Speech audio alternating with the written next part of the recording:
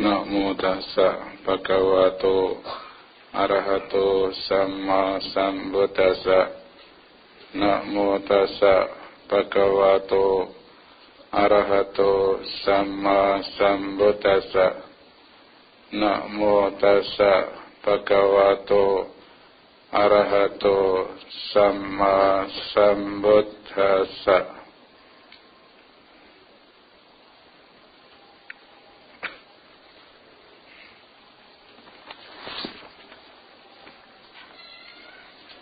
Ibu bapak, saudara-saudari sedama yang berbahagia, pagi hari ini ibu bapak sekalian menggunakan kesempatan untuk melakukan kegiatan keagamaan yang tentu sangat bermanfaat, sangat berguna untuk menguatkan keyakinan ibu bapak saudara sekalian terhadap tiratana dan juga sarana untuk meningkatkan kualitas batin yang sesungguhnya itu menjadi tujuan kita beragama, tujuan kita menjadi umat Buddha.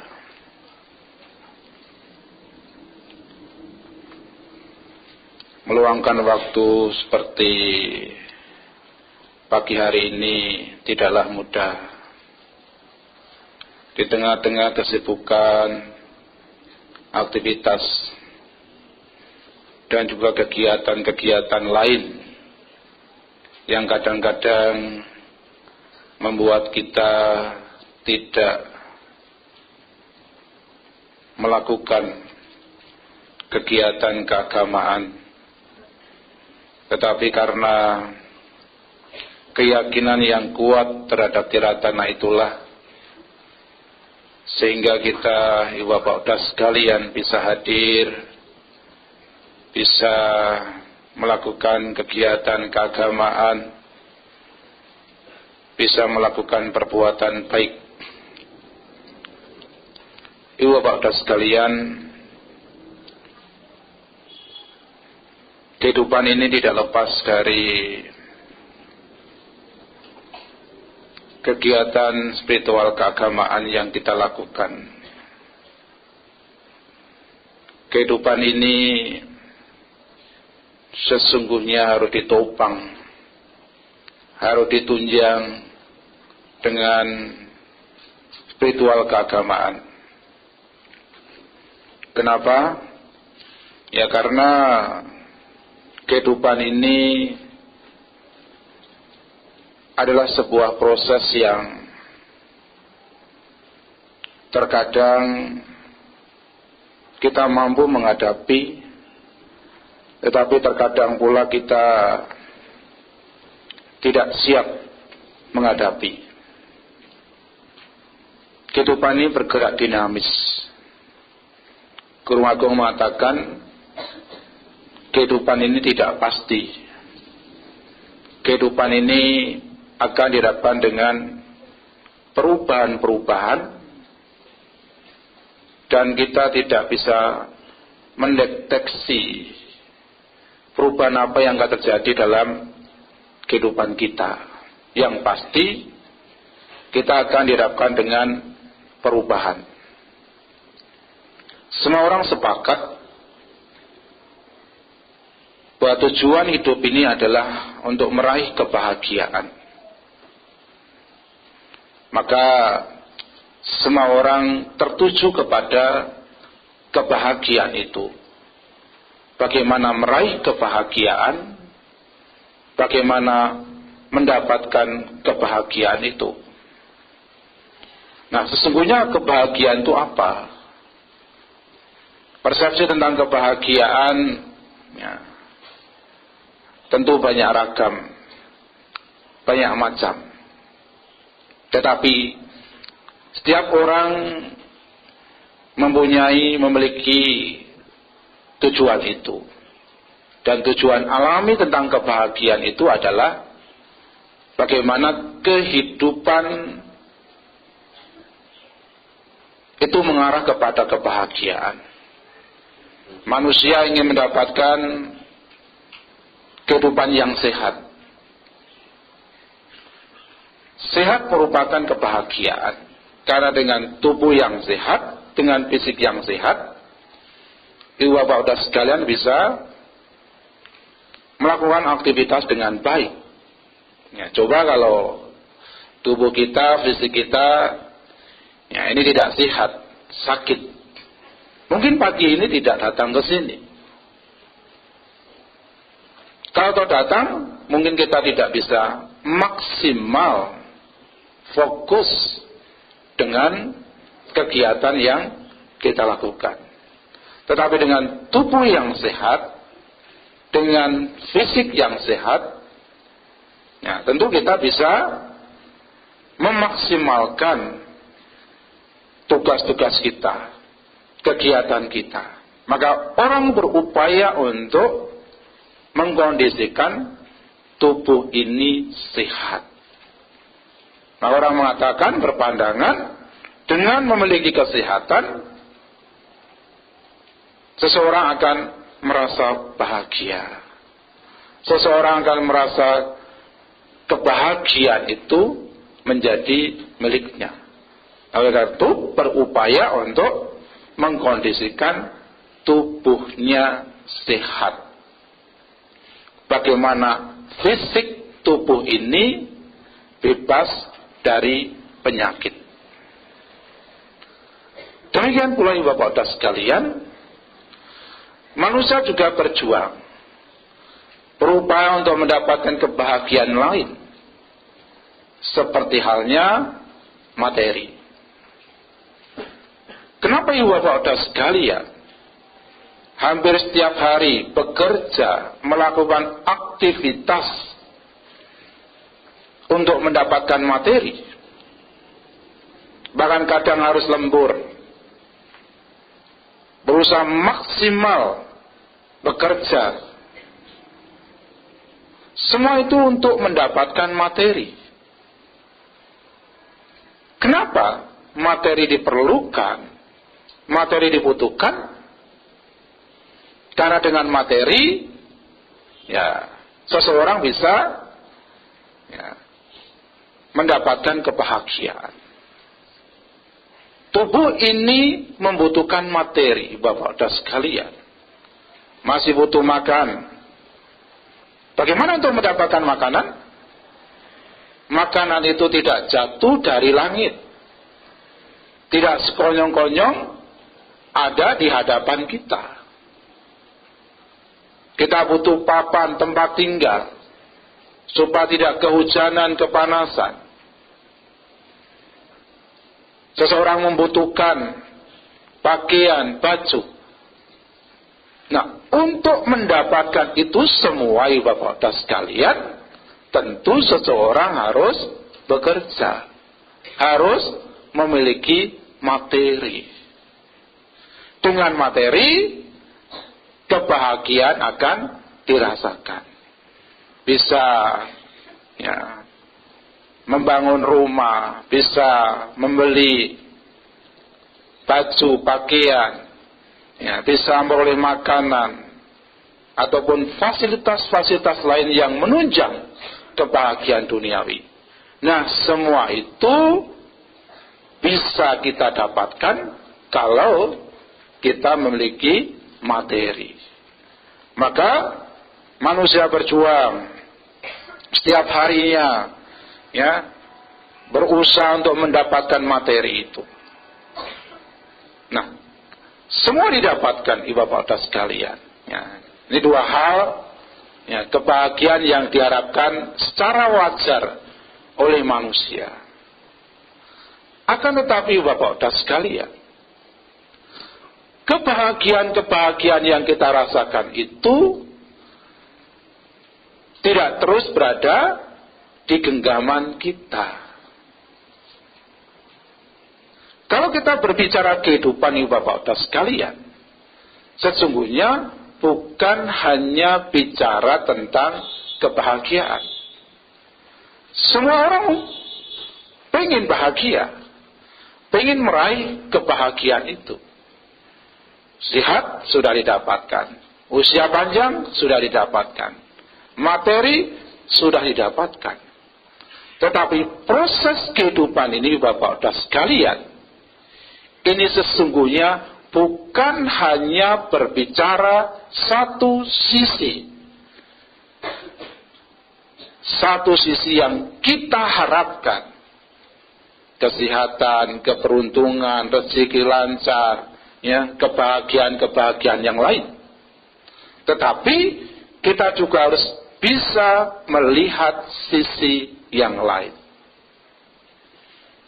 Berbicara kehidupan, kita harus berbicara tentang fakta kehidupan, realita kehidupan, ibu bapak sekalian. Hari ini kita memiliki tubuh yang sehat, tubuh yang kuat. Apakah tubuh yang sehat, tubuh yang kuat ini selamanya bersama kita? Ternyata tidak, ibu bapak sekalian. Tubuh yang kuat ini sewaktu-waktu juga bisa lemah. Ketika kita sudah mencapai usia tua, tubuh ini juga sewaktu-waktu juga bisa sakit, ibu bapak sekalian.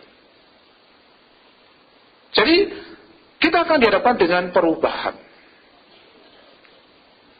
Kita bisa mendapatkan kebahagiaan dalam kehidupan ini, tetapi di sisi lain kita juga akan berhadapan dengan penderitaan.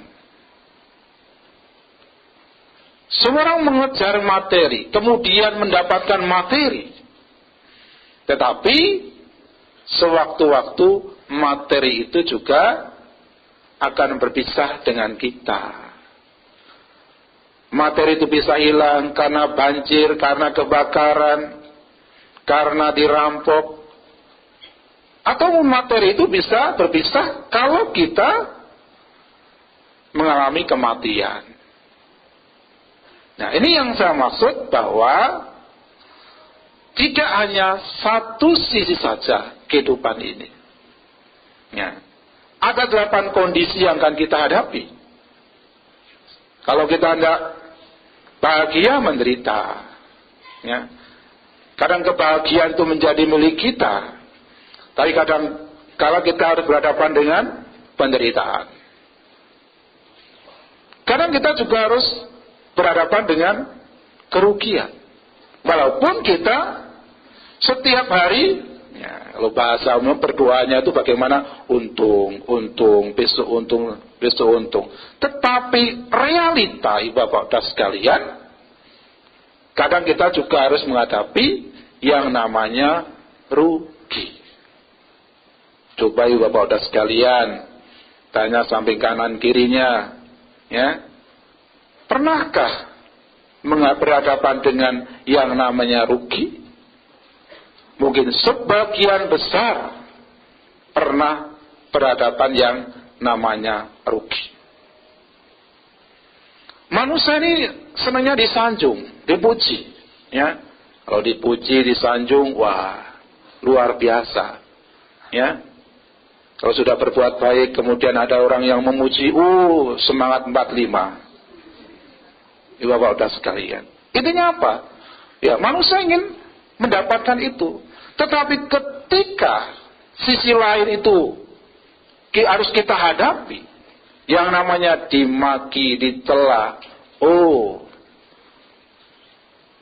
muncullah yang namanya emosi, bapak sekalian. Kenapa saya dicela? Kenapa saya dimaki? Saya sudah berbuat baik. Saya sudah melakukan maksimal di dalam organisasi ini. Saya sudah melakukan banyak hal untuk perkembangan organisasi, wihara, desa, kelompok, dan sebagainya. Kenapa harus dimaki? Kenapa harus dicela? Cenderung manusia menolaknya. Ya, menolak mentah-mentah, yang namanya celaan. Padahal celaan itu ya sewaktu-waktu bisa kita hadapi.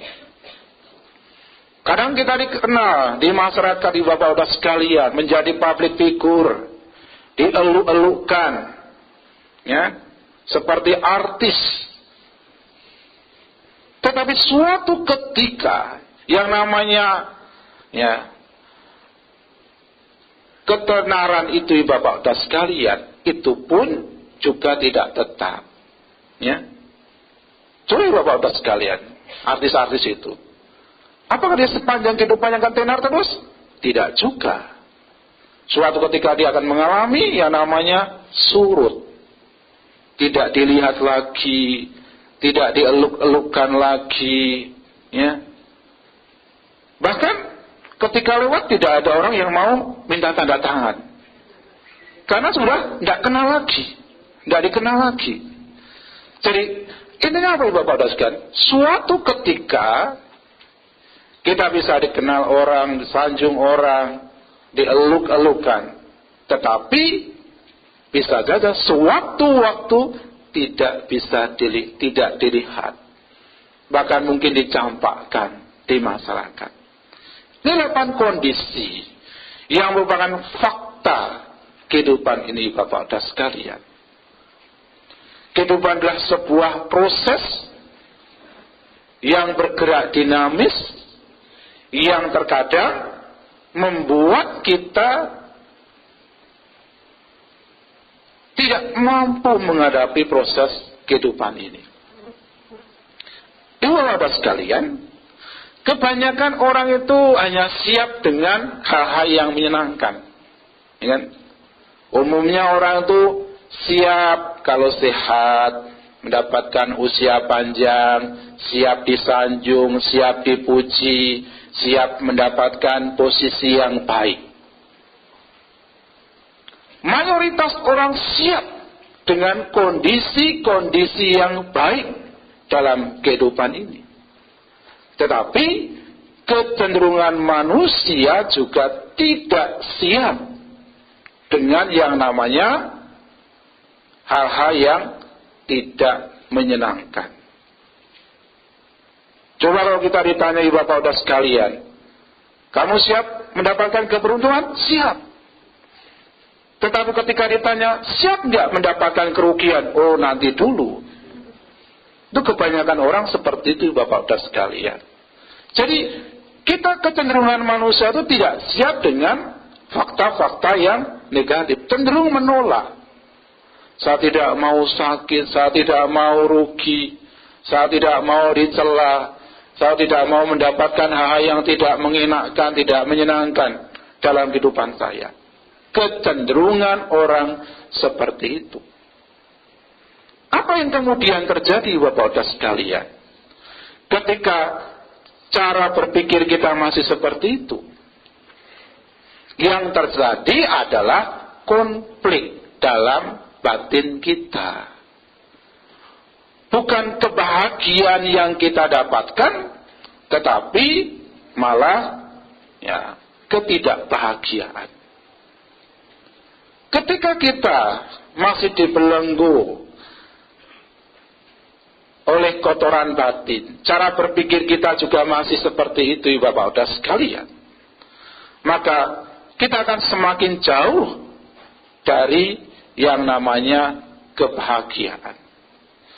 Kalau cara berpikir kita hanya siap dengan hal-hal yang positif dan tidak mau melihat, tidak mau menerima realita yang lain, maka yang akan terjadi adalah ketakutan, kecemasan, kekhawatiran, keraguan, bahkan cenderung kita mungkin bisa putus asa menghadapi kehidupan ini. Ya, di Kompas beberapa hari yang lalu, ya, dan ada satu artikel di kota yang terjadi di Korea Selatan. Di Korea Selatan itu ada satu jembatan, namanya jembatan kematian. Kenapa dinamakan jembatan kematian? Karena banyak orang yang putus asa menghadapi kehidupan, kemudian datang ke situ dan mayoritas menggunakan jembatan itu untuk bunuh diri. Ya, ternyata di Korea itu ya bukan hanya glamornya yang terkenal, ya, K-popnya yang terkenal, ya. Nah, tapi ternyata juga ada yang namanya jembatan kematian. Bahkan sampai pemerintah harus turun tangan. Bagaimana masyarakat Korea itu tidak melakukan tindakan bunuh diri. Karena angka bunuh diri itu banyak sekali. Kenapa? Karena untuk bertahan hidup ternyata luar biasa di sana itu. Ya. Jadi luar biasa. Bahkan untuk sampai itu melamar saja itu, wah, biayanya cukup tinggi. Sampai banyak anak muda yang tidak tahan. Sampai kemudian harus melakukan tindakan bunuh diri. Nah, ini sudah sekalian. Sebelum sampai pada bunuh diri itu kan manusia mengalami banyak ketegangan-ketegangan yang berulang kali, Bapak dan sekalian. Masalah satu tidak selesai, timbul masalah yang lain, tidak bisa menghadapi, muncul lagi masalah lain. Tidak. Artinya ketidaksiapan itulah yang kemudian menyebabkan konflik dalam batin kita. Berapa banyak manusia yang harus menderita stres, depresi, karena menghadapi realita hidup. Nah, pernah saya ceramah di anak-anak SMP. Saya tanya kepada mereka, siapa yang tidak pernah stres? Tidak ada. Ternyata semuanya stres. Pernah menghadapi yang namanya stres. Itu baru SMP. Ya, bagaimana Pak SMA, perguruan tinggi, orang tua, Bapak-Bapak sekalian, banyak orang yang harus berhadapan dengan masalah yang kemudian tidak sanggup. Saya sering ketemu dengan orang-orang yang datang, telepon, Banti, sepertinya saya sudah tidak sanggup lagi, tidak kuat lagi menghadapi kehidupan ini. Ibu-bapak sekalian, sesungguhnya ibu-bapak sekalian, itu terjadi karena ketidaksiapan kita menghadapi realita hidup. Sehingga yang muncul ketika kita harus dihadapkan dengan utamanya yang pahit-pahit nih ya, utamanya yang pahit-pahit, kecenderungan yang muncul adalah emosi negatif. Ya. Coba ketika kita seminggu ini kita nyaman-nyaman, enak-enak, tapi kemudian hari berikutnya kita dimaki orang. Apa yang terjadi Bapak-Bapak sekalian? Cenderung kita marah. Kenapa saya harus dimaki, bukan yang lain? Ya, malah begitu kita. Jadi marah, jengkel, ya. Kadang-kadang kita juga membalas makian. Kecenderungan begitu Bapak-Bapak sekalian. Umat Buddha rata-rata pasti hafal namanya anicca. Kalau nasihati temannya, nasihati tetangganya, ketika tetangganya kemalangan, menderita, tenang, hidup ini anicca, semua pasti berlalu. Tapi giliran dirinya menghadapi anicca, aniccanya tidak keluar.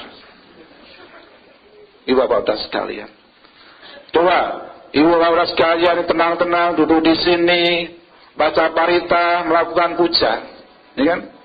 Begitu keluar sandalnya hilang, wah sandal baru dibeli, mahal lagi, kemudian hilang. Bisa nggak ngomong anicca? Sulit ngomong anicca, ya? Yang muncul apa? Oh, hal-hal yang buruk. Ya, mikirnya buruk dan sebagainya. Ini kan wihara, harus tidak ada maling, tidak harusnya ada pencuri, semua orang baik-baik. Ya, berpikirnya kan begitu, Bapak-Bapak sekalian. Jadi sulit Bapak-Bapak sekalian. Karena ngomong anicca itu mudah. Ya. Ngomong badai pasti berlalu itu mudah. Ya. Tetapi ketika kita harus berhadapan dengan perubahan-perubahan itu, ternyata tidak mudah, Bapak-Bapak sekalian. Kecenderungan kita adalah menggunakan emosi negatif. Ketika emosi negatif, marah, jengkel, benci, tidak suka, kecewa, dan sebagainya itu muncul, semakin jauh dari kebahagiaan. Menjauhkan diri kita dari kebahagiaan, Bapak-Bapak sekalian. Jadi Bapak-Bapak sekalian, mengenai proses kehidupan ini harus menggunakan cara-cara yang bijak. Dengan cara-cara yang bijak, Bapak-Bapak sekalian, setidak-tidaknya kita mampu bertahan menghadapi proses kehidupan ini, Bapak-Bapak sekalian. Nah, apa yang harus kita lakukan, Bapak-Bapak sekalian? Yang pertama adalah belajarlah dari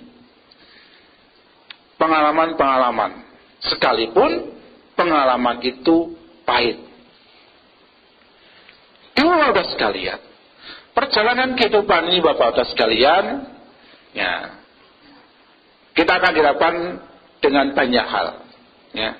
Kita dihadapkan dengan kesulitan, dihadapkan dengan masalah-masalah dan sebagainya.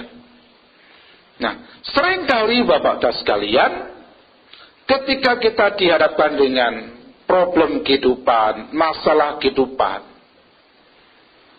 tidak belajar dari pengalaman itu. Apalagi hal-hal yang pahit yang harus kita hadapi. Sulit untuk belajar. Karena ada kata-kata, semua ada hikmahnya. Jadi Bapak-Bapak sekalian, ketika kita dihadapkan dengan persoalan, ambil contoh, kita punya cita-cita, kemudian kita harus gagal. Ketika kita dihadapkan dengan gagal, kadang-kadang kita berpikir, karma apa ya yang membuat saya gagal? Jadi yang disalahkan karmanya. Atau mungkin kita berpikir, Bapak-Bapak sekalian, ya, ketika kita gagal, seolah-olah gagal itu adalah, ya, sudah menjadi penghentian terakhir perjuangan kita. Jadi pasrah. Ya udahlah, hidup saya memang harus begini, ya sudah. Jadi pasrah. Nah, Bapak-Bapak sekalian, Guru Agung mengajak kita semua untuk tidak pasrah, untuk tidak berhenti, tetapi untuk belajar. Kalau kita tadi berbicara tentang kegagalan adalah proses, bagian dari sebuah proses untuk menjadi sukses. Nah, harusnya berpikir seperti itu. Ya, saya sering baca itu, ya, buku-buku motivasi. Ternyata ada orang-orang yang sukses itu harus berhadapan dengan kegagalan berulang kali. Ada yang 10 kali, ada yang 15 kali, bahkan ada yang 20 kali. Nah, kenapa orang-orang itu bisa bertahan? Karena mau selalu belajar. Tapi ada orang-orang yang baru gagal sekali sudah KO. Ya, pasrah. Ya. Nah, orang-orang seperti itu, Bapak-Bapak sekalian, tidak akan maju. Mendapatkan kesulitan sedikit, sudah pasrah. Berhadapan dengan tantangan, ya, sudah pasrah. Nah, orang-orang yang takut dengan tantangan, takut dengan rintangan, tidak akan maju. Tidak akan memperoleh kebahagiaan, Bapak-Bapak sekalian. Seorang telah mengatakan, jalan lurus telah ditunjukkan. Majulah dan jangan berbalik kembali. Dengan cara ini, engkau bisa menjadi orang sukses. Bapak-Bapak sekalian, Jalan menuju kebahagiaan sudah ditunjukkan. Memang kita harus berhadapan dengan resiko. Ya. Ibarat sebuah perjalanan, ibu bapak saudara sekalian, ya. Kalau ibu bapak saudara mau ke Bandung, mau ke puncak, wah di puncak sejuk, di Bandung banyak, ya, banyak orang jual ini itu dan sebagainya. Ketika kita mau pergi ke sana, resikonya apa? Macet. Kalau kita takut dengan resiko itu, ya tidak akan sampai ke Bandung, tidak akan sampai ke puncak. Ibu bapak saudara sekalian. Jadi apa yang harus kita lakukan? Semua proses kehidupan ini adalah bagian dari risiko yang harus kita hadapi. Ketika kita berhadapan dengan masalah-masalah kehidupan ini, ya itu resiko, ibu bapak sekalian. Wong kita lahir, ya kan? Kalau kita nggak lahir dalam kehidupan ini, tidak akan berhadapan dengan resiko. Ketika kita sudah dilahirkan, ya mau tidak mau, suka tidak suka, kita harus berhadapan dengan risiko kehidupan. Manis dan pahitnya kehidupan akan kita hadapi. Belajarlah dari pengalaman-pengalaman kehidupan kita. Sekalipun pengalaman itu tidak mengenakan, pahit kita rasakan. Kalau langkah kita seperti itu, cara berpikir kita seperti itu, mendekatkan diri kita pada kebahagiaan, dan kita akan mampu bertahan dalam kehidupan ini, bapak-bapak sekalian. Yang selanjutnya, bapak-bapak sekalian, jangan cemas menghadapi kehidupan. Banyak orang cemas menghadapi kehidupan. Ya, bagaimana kehidupan nantinya? Ya, nanti saya bagaimana ya? Kalau saya berumah tangga bagaimana ya? Kalau sudah berumah tangga, saya punya anak bagaimana ya? Nanti kalau saya anaknya sudah gede-gede gimana ya? Nanti kalau sudah mati gimana ya? Jadi belum terjadi, kita sudah berpikir seolah-olah itu sudah terjadi. Sehingga timbul apa? Ketakutan, kecemasan menghadapi kehidupan ini. Jadi cemas, takut, khawatir. Ya, ketika kecemasan, ketakutan, kekhawatiran itu muncul, ibu bapak, kita menjadi tidak fokus terhadap kehidupan ini. Orang yang takut, orang yang cemas, orang yang khawatir, jauh dari kebahagiaan, jauh dari mengarah kepada perkembangan kualitas, ibu bapak sekalian. Oleh karena itu, rasa takut, rasa cemas, rasa khawatir ini ya harus dihilangkan, ibu bapak sekalian. Masa depan kita ini terletak pada saat ini. Tapi kadang-kadang, ya, manusia itu cenderung melihat masa lalu dan menghayal tentang masa depan. Andikan nanti saya jadi orang kaya, ya, rumah saya seperti istana, anak-anak saya baik, menghayal, ya, kecenderungan orang seperti itu. Atau kembali kepada masa lalu, ya, dulu saya seperti ini, ya kan, harusnya seperti ini dan sebagainya. Nah, kalau cara berpikir kita masih seperti itu, yang muncul adalah kecemasan, bapak-bapak sekalian. Nah, bagaimana menghilangkan kecemasan, kekhawatiran itu? Berpikirlah bahwa masa depan kita terletak pada masa kekinian saat ini, bapak-bapak sekalian. Kalau saat ini kita berjuang, saat ini kita berupaya, saat ini kita melakukan kebajikan, otomatis itu mengkondisikan masa depan kita. Kenapa kita harus takut? Wong hari ini kita sudah melakukan hal-hal yang bermanfaat, hal-hal yang berguna, hal-hal yang menunjang kebahagiaan kita. Kenapa kita harus takut? Harusnya kita takut, cemas kalau hari ini, saat ini kita tidak melakukan apa-apa. Kalau hari ini, saat ini kita melakukan keburukan. Kalau hari ini kita melakukan keburukan, melakukan hal yang tidak bagus, yang tidak baik, patut kita takut, patut kita cemas. Tetapi kalau hari ini kita sudah melakukan yang terbaik, yang menunjang pada kebahagiaan, perkembangan kualitas batin, kenapa harus takut? Hilangkan ketakutan ini dengan melakukan hal-hal yang bermanfaat di saat sekarang. Dalam Badikarata Sutta Sang Buddha bersabda, Ajiwa kecamata pangko sanak maranang suwe. Berusahalah sekarang juga, siapa tahu esok kita mati. Ini Bapak-Bapak sekalian. Siapa yang merasa tidak akan mati? 7 jari? Semua akan berhadapan dengan kematian. Tetapi kematian Bapak-Bapak tidak harus membuat kita takut. Tidak harus membuat kita cemas. Kematian bagian dari perubahan itu sendiri. Dan tidak seharusnya kita takut dengan perubahan. Jadi dengan adanya perubahan, kita harus berbuat sesuatu. Maka Sang Buddha mengatakan, Ajiwa kicamatapang, berusahalah sekarang juga. Jadi masa kekinian, masa saat inilah Bapak-Bapak sekalian, masa depan kita. Dan jangan menunda.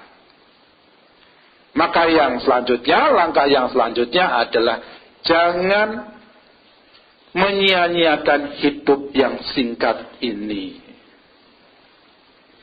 Kecenderungan manusia itu menunda, ya. Kalau diajak berbuat baik, diajak ke wihara, seringkali muncul alasan-alasan. Ayo puja bakti. Ya. Orang itu punya alasan, nanti saja dulu, minggu depan. Ketika ketemu minggu depan, minggu depannya lagi. Ketemu sudah di rumah sakit. Ya. Jadi kecenderungan manusia itu menunda. Menunda berbuat baik, seolah-olah itu besok masih ada. Lusa masih ada. Memang waktu masih ada, Bapak-Bapak sekalian. Tetapi kan hidup tidak pasti. Hidup ini singkat. Kita tidak tahu apa yang terjadi besok, lusa, yang akan bahkan menit-menit kemudian kita juga tidak tahu. Ada yang tahu? 1 jam kemudian? 15 menit kemudian? Saya tahu nanti jam makan siang. Ya kalau kita sampai makan siang, Bapak-Bapak sekalian, ya kan? Karena kita tidak tahu apa yang terjadi. Oleh karena itu, waktu yang singkat ini jangan disia-siakan. Seorang telah mengatakan, jadikanlah hari-harimu produktif. Karena siang dan malam yang telah berlalu, kehidupanmu berkurang sebanyak itu. Ini pagi, sebentar siang, sebentar sore, sebentar malam. Waktu kita berkurang sebanyak itu. Kalau ulang tahun orang selalu panjang umurnya ya. Tidak ada pendek umurnya. Panjang umurnya, panjang umurnya. Umurnya bisa bertambah, kehidupannya bertambah enggak? Kita akan dibatasi oleh yang namanya kematian. Nah, oleh karena itu, kita harus berupaya untuk memanfaatkan maksimal kehidupan yang singkat ini, Bapak-Bapak sekalian. Untuk apa? Ya, untuk hal-hal yang bermanfaat. Pagi ini, datang ke tempat ini, melakukan puja, melakukan kebajikan, ini hal-hal yang bermanfaat. Jangan menunda, ya. Kalau anak-anak muda kadang-kadang, urusan puja bakti, urusan berbuat baik itu urusan orang tua. Anak muda, waktunya apa? Poya-poya, senang-senang, pergi ke mall, kongko-kongko, ya. Ketika tua ditanya lagi, wah Bandi, gak mungkin samritasi, tubuh sudah rentah, ya.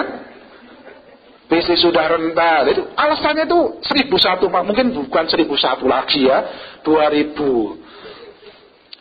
Jadi kita selalu begitu, Bapak-Bapak sekalian. Menunda dan menunda.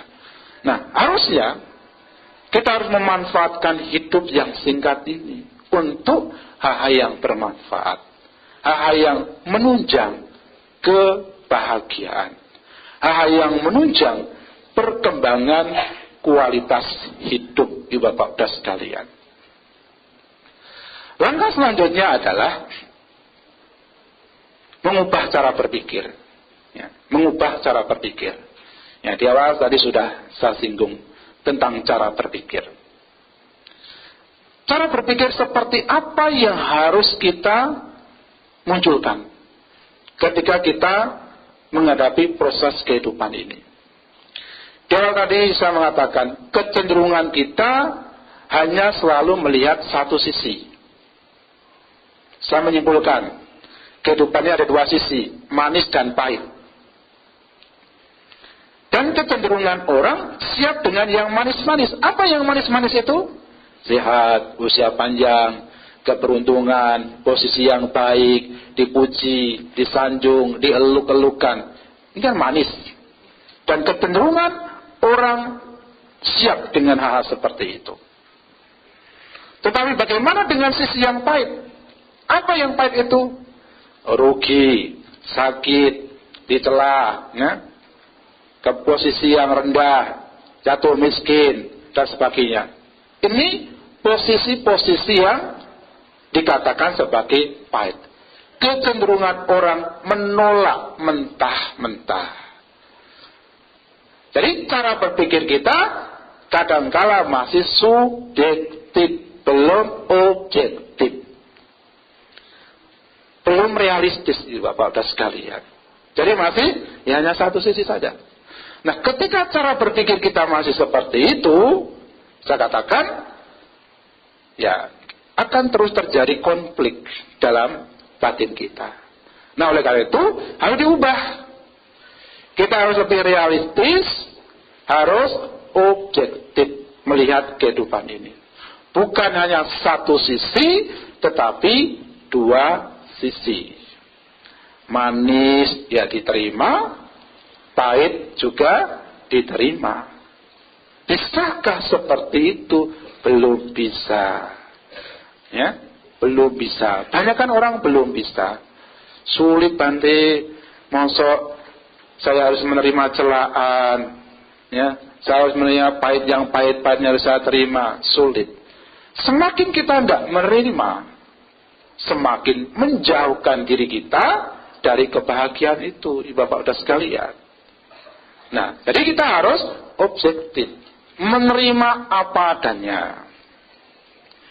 Tapi menerima apa adanya itu bukan, jangan sampai salah persepsi, Bapak-Bapak sekalian. Lu kata Bante kan suruh menerima apa adanya, hari ini saya sakit, ya sudah, paling nanti juga mati. Itu namanya pasrah.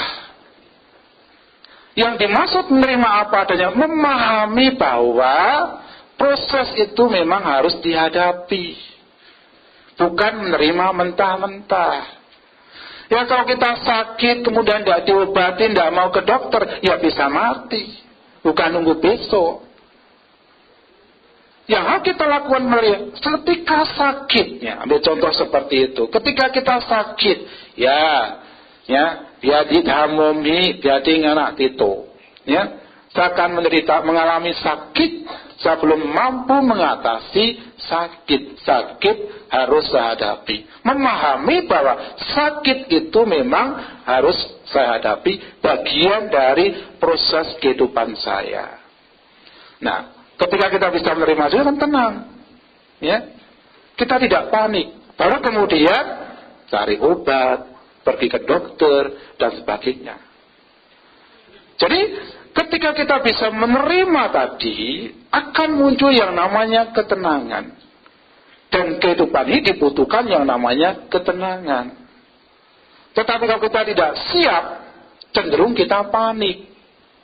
Ketika kita panik, tidak tenang, cenderung apa? Oh, yang muncul mungkin kecewa, marah, tidak bisa menerima, ya, emosi-emosi negatif dan sebagainya. Ada satu contoh, ini kisah nyata. Ada orang berpikir, ya, orang ini berpikir begini, saya tidak akan sakit.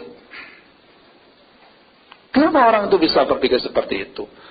Nah, orang itu ya, setiap harinya ya olahraga, ya, makanan juga dijaga, dan terus menerus dia berusaha menjaga. Jadi Pikirannya, cara berpikirnya ideal banget. Tidak mungkin saya sakit. Wong saya sudah mengkondisikan tubuh ini menjadi sehat, olahraga, kemudian menjaga makanan, menjaga pola hidup dan sebagainya. Nah, jadi pikirannya ideal. Tetapi yang namanya fakta, realita itu akan berjalan. Nah, suatu ketika orang yang berpikir ideal ini sakit, nggak bisa nerima, kecewa dengan apa yang dilakukan, merasa sia-sia dan sebagainya, stres sampai kemudian depresi. Tidak siap. Dia berpikirnya terlalu ideal, merasa semua tidak akan terjadi karena dia sudah mengkondisikan. Demikian pula Bapak-Bapak sekalian, kadang-kadang kita sudah berbuat baik, merasa sudah berbuat baik, tidak mungkin saya rugi, tidak mungkin saya dicela, tidak mungkin saya mendapat kesulitan, kan saya sudah berbuat baik. Kalau kita terlalu berpikir ideal, merasa sudah berbuat baik, mengalahkan segalanya, tidak terjadi apa-apa, suatu ketika kita dicela, suatu ketika kita mendapatkan kesulitan, bisa kecewa. Untuk apa saya berbuat baik? Atau saya berbuat baik dicela? Akan berpikir seperti itu. Untuk apa berbuat baik? Wong yang korupsi aja kaya, tapi saya tidak kaya-kaya. Cara berpikirnya menjadi seperti itu. Ini cara berpikir yang salah, yang subjektif. Harusnya diubah menjadi realistis. Kalau cara berpikir kita sesuai dengan dhamma, realistis, objektif, maka semuanya akan nyaman. Semuanya akan menjadi nyaman di Bapak-Bapak sekalian. Jadi menerima di sini bukan menerima pasif, tetapi menerima aktif. Paham ya? Jangan, bukan pasrah seperti itu. Menerima aktif itu adalah memahami proses kehidupan ini dan kemudian berupaya untuk berbuat suatu, melakukan perubahan dalam kehidupannya. Langkah yang terakhir adalah kembali pada perlindungan yang utama. Apa yang dimaksud dengan perlindungan yang utama? Ini sudah sekalian, kehidupan ini tidak lepas dari problem kehidupan, masalah kehidupan. Sulit kalau kita berpikir bagaimana supaya hidup ini tidak ada masalah, sulit untuk mendapatkan itu. Artinya problem kehidupan, masalah kehidupan ini akan kita hadapi. Itu pasti. Kita tidak bisa lari dari masalah kehidupan. Kita tidak bisa lari dari problem kehidupan. Nah, ketika kita menghadapi itu, kadang-kala kita tidak kuat, tidak mampu. Sehingga mencari kekuatan lain yang instan. Bagaimana kita jauh dari kemalangan, jauh dari sial, jauh dari keburukan. Jadi cari hal-hal yang instan. Apa yang instan itu saya katakan perlindungan yang tidak utama. Kekuatan mantra, kekuatan jimat, kekuatan macam-macam. Yang kita anggap kekuatan itu menyelesaikan problem kita. Sehingga ketika terjadi masalah, apalagi itu masalah berat, kita tidak mampu menghadapi, kita lari ke sana.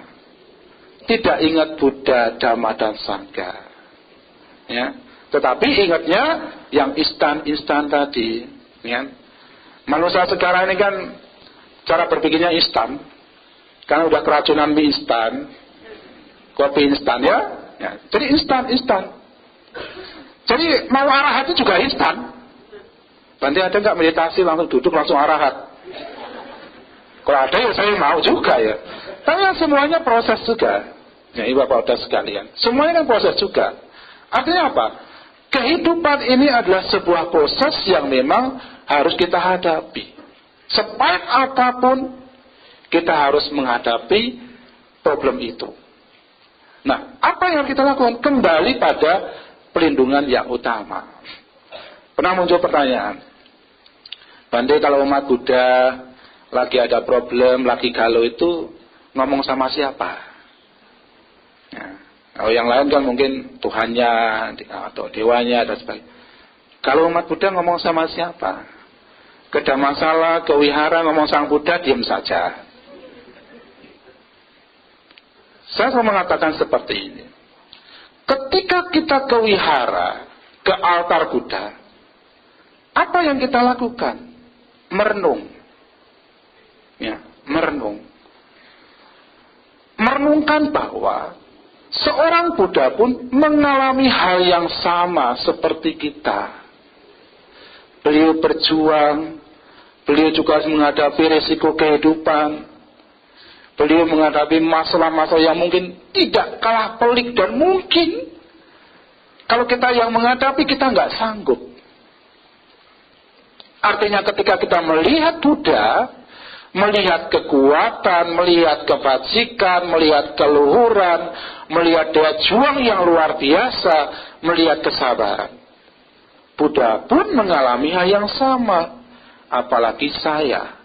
Saya juga harus kuat, saya harus mampu bertahan, saya harus berjuang lagi, saya tidak boleh kalah. Munculkanlah kalimat-kalimat itu ketika kita di altar Buddha. Ya. Ngomongnya seperti itu, ya tidak bisa dialog. Kita ngomongnya seperti itu, merenungkan hal yang positif. Kenapa? Karena tiratana Bapak-Bapak sekalian adalah sumber kebahagiaan, sumber kekuatan, sumber kebajikan, sumber di mana kita bisa mencapai cita-cita luhur. Kalau kita berjalan di jalan Dhamma, kalau kita berupaya untuk mempraktikkan apa yang beliau ajarkan, niscaya kekuatan itu akan muncul dalam diri kita. Dan kita mampu menggunakan kekuatan itu untuk menghadapi problem kehidupan.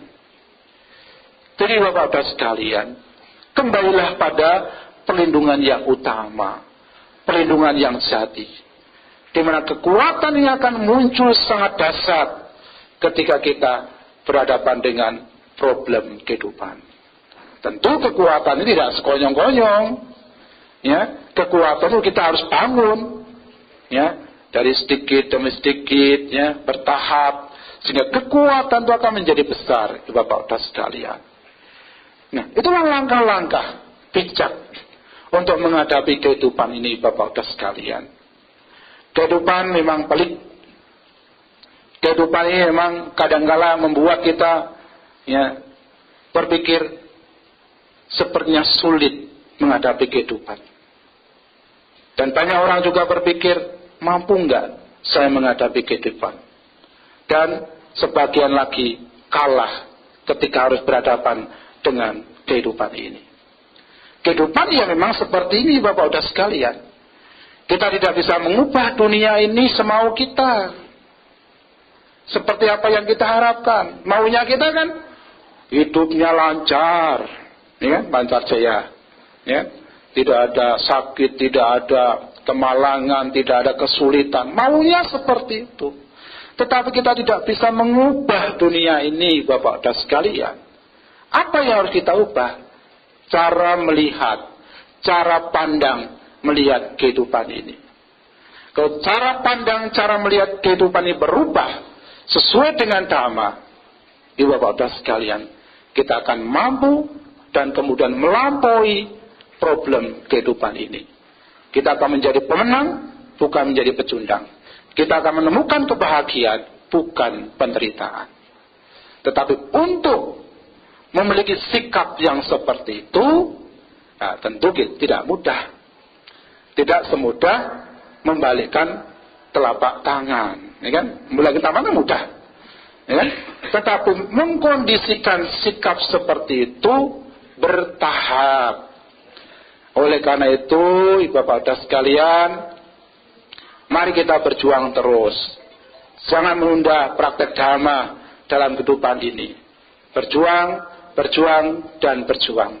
Pasti kita akan mampu menguatkan keyakinan kita, mampu menguatkan tekad kita, mampu menguatkan kesabaran kita, pemahaman kita terhadap kehidupan ini, sehingga kita mampu bertahan dalam kehidupan ini.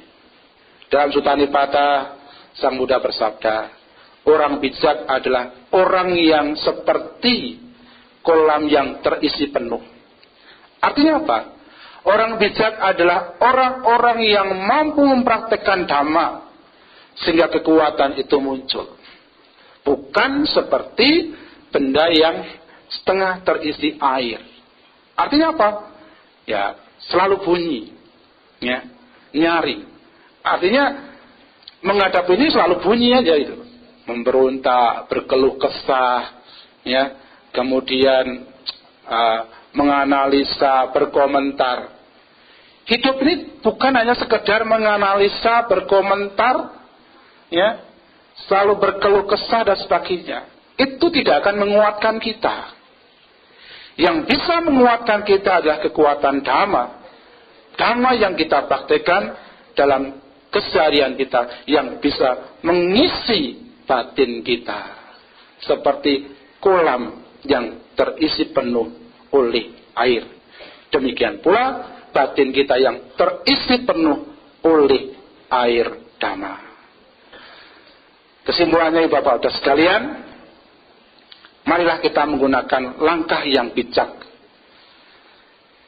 cara berpikir yang bijak menghadapi kehidupan ini. Kita tidak bisa lari dari problem kehidupan. Kita tidak bisa lari dari permasalahan kehidupan. Yang bisa kita lakukan adalah menghadapinya. Bagaimana menghadapinya? Langkah-langkah bijak yang saya paparkan tadi, yang kesimpulannya adalah langkah-langkah yang sesuai dengan dhamma ajaran Buddha. Belajarlah dari pengalaman, sekalipun pahit. Jangan cemas menghadapi kehidupan ini. Isi hidup yang singkat ini semaksimal mungkin dengan hal-hal yang menunjang kualitas batin, yang menunjang kebahagiaan. Ubah cara berpikir kita dari yang subjektif menjadi objektif, dari yang tidak realistis menjadi realistis, dan kembalilah pada perlindungan yang utama, yaitu tiratana, bukan kekuatan-kekuatan luar. Kalau langkah-langkah itu kita lakukan, kita munculkan, kita kembangkan di Bapak-Bapak sekalian, maka kita akan meraih cita-cita luhur tadi, melampaui problem kehidupan ini, mampu bertahan dalam kehidupan yang pelik ini. Semoga tiratana melindungi Bapak-Bapak sekalian, sabisata bawantu sidata, semoga semua makhluk berbahagia. Sadhu, sadhu, sadhu.